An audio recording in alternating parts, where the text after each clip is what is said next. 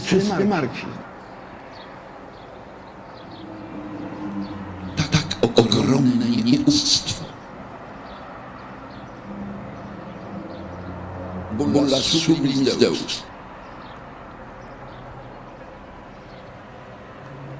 Etos pracy.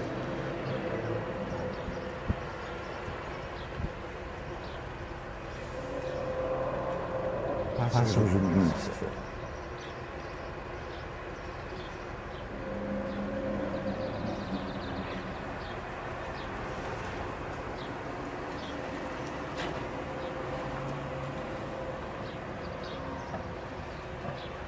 To jest tragedia.